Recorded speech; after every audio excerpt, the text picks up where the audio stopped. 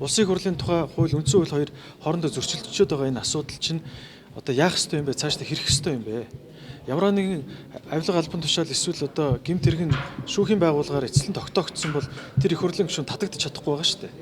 Яагаад тэр их хурл хуралдах ёстой гэдэг. Цэцгийн дээр цэц шүүхийн дээр шүүх болчиход байгаа байхгүй юу? Тэгэхээр энийг яах ёстой юм бэ гэдэг энэ хоёр хууль зөрчилдөж байгаа асуудлаа нэг тал руугаа гаргах ёстой. Энийг тэгтээ их хурл өөрсдөө энийг ерөнхийлөх шахаагүй, шаардаагүй тулгаж байгаа юм биш үү? Энд чи их хурлын бүрийн эрх өөрсдөө батлана. А бид нар бол үндсэн хуульд олгогдсон бүрийн эрхийн дагуу хуулийг санаачилж байгаа. Ерөнхий нөхцөлийг оруулж байгаа гэсэн. А тэгэхэд одоо өнөөдөр болон өчигдрийн байнгын орны хурлууд төр мэдээж их хурлын гишүүдээс бол санаачлалууд гарах нь зөв, хардлагууд гарах нь зөв. А энэ бол ямар нэгэн парламентын ардчлалд халдж байгаа асуудал октоос биш. Харин парламентын ардчлалыг дархлаажуулалтыг сайжруулах гэж байгаа л асуудал шүү дээ. Иргэд олон нийт их хурлын гишүүдэд итгэдэг байх ёстой.